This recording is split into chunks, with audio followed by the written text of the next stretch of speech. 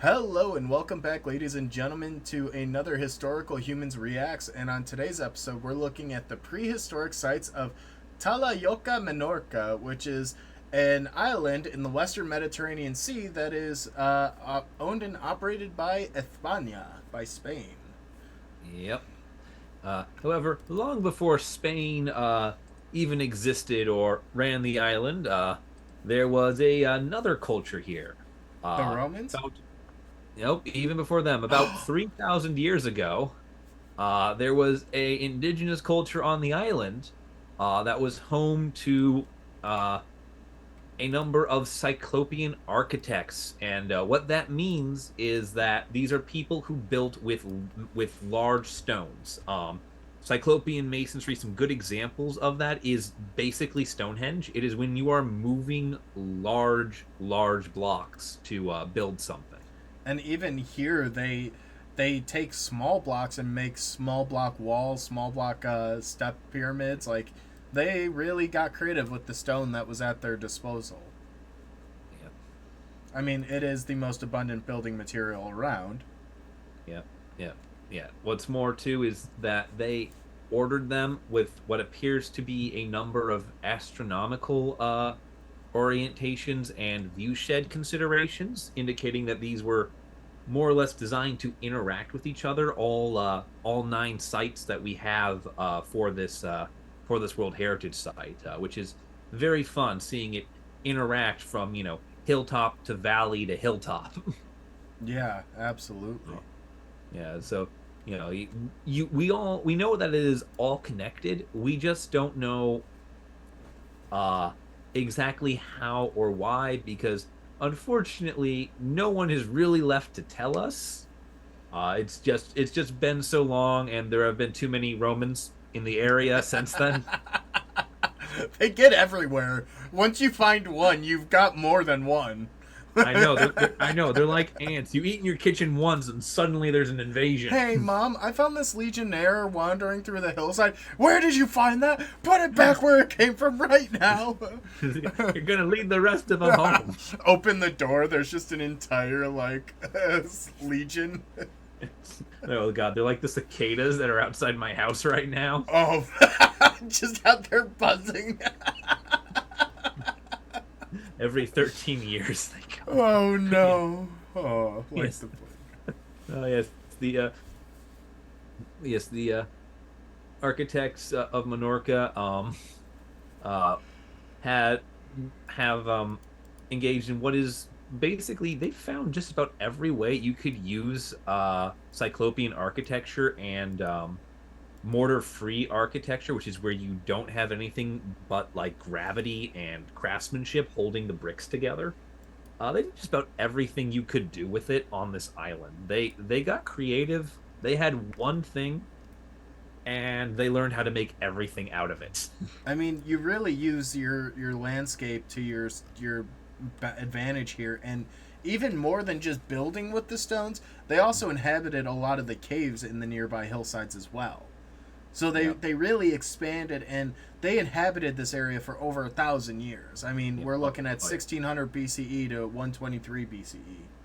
Yep. Yep. So quite a large swath of time, and I mean, you could see these structures. This was quite seriously a house, a settlement, a huge Yep. village of But sorts. yeah, one of the interesting things, this is one of the few places on Earth where you encounter what is known as a hypogea, which is an artificial cave. Um, they use this architecture to create artificial caves out of massive stone intersections, just latticed on top of each other. Well, probably because they have to spend so much time digging and like excavating and tearing everything out. Yep. Yeah, they've effectively got conal pyramids, navitas, which are basically if you flip a ship upside down and then make that into a house. That's something you really don't see too much outside of like Polynesia or Southeast Asia, and they're just building it out of stone here. Well, and there's a couple of other interesting aspects with it besides the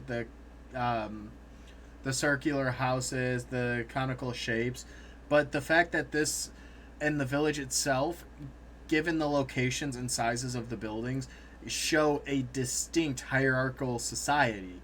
And you can actually see direct visual interconnections between the sites that show the existence of these social networks. And Yeah. not even further beyond that, like we talk about with a lot of megalithic structures, is it's all astronomically aligned. I mean, that is one of the coolest things about independent invention, so to speak, is a lot of cultures, one of the first things you do at night is look up. Yeah. So to build these things on astronomical alignments is not out of the realm of possibility, but wow, does it show a significantly advanced society, more so than you would potentially consider originally. Oh yeah, definitely. One of the things that stands out to me for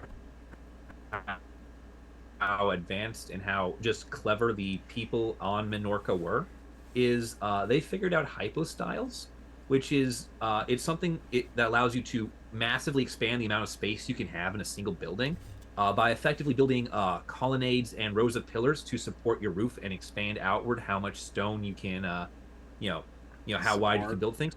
Yeah. It's a very it feels like a very simple concept, except it's one of those things with which unless you know exactly what you're doing and can get it exactly right, it kills you trying to make it. Because you miscalculate anything and the roof will cave in and kill you. A roof full of stones. Yeah. Yeah, and these people aren't using like, shingles or plaster. They are using blocks of rock bigger than you. Yeah. So it's like you are just dead if you don't know how to do this perfectly the first time. And they built nevetas. They built circular houses, taulas, talayots, and other stone structures. I mean, they this was a honest to goodness city. It was an entire residential area built out, and it maintains a lot of its original authenticity. I mean, obviously, it's in ruins to this day, but it's been 2,000 plus years. Yeah, But it is thoroughly expressed in the attributes and the locations, settings, designs. mhm. Yeah, and because the area is so dry and rocky, even though it is ruined, you can actually trace the evolution just visually of their society as things get bigger, more complex, and they expand outward in their villages and cities across the site. So you get to see where they were 3,600 years ago and where they were 2,200 years ago. And that is, that is something you don't get to see in a single site, Yeah. much less get to see side by side in a single site. Usually you have to do the destructive archaeology of layer one, layer two, layer three. And it's like, nope, you go to this hill and you look at that hill, and then there's that building next to that one on the hill, which shows how you got from A to B. It's interesting, and it's very very beautiful, and they maintain a pretty large buffer zone. But the cool thing is, a lot of the archaeology sites are identified, and they've actually expanded it to encompass earlier periods of time as well. Yep. Yep. My personal favorite though about this site is that because there is clearly some sort of cosmological alignment and significance with the location of every single structure, a special law protecting the night sky over this heritage site was passed by Spain. That's beautiful. Uh, it is effectively an anti-pollution law and an anti like flight path law kind of thing. Basically, so that if someone is out here, they are guaranteed not to have any obstructions, any distractions, uh, overhead at night, because the night sky is considered a part of the architecture. And like I said, the astronomical alignments, they're very important and credible. But I think that's a great point for us to wrap up now. We talked about the protections, we talked about the site. Do you have anything else you'd like to add before we wrap up?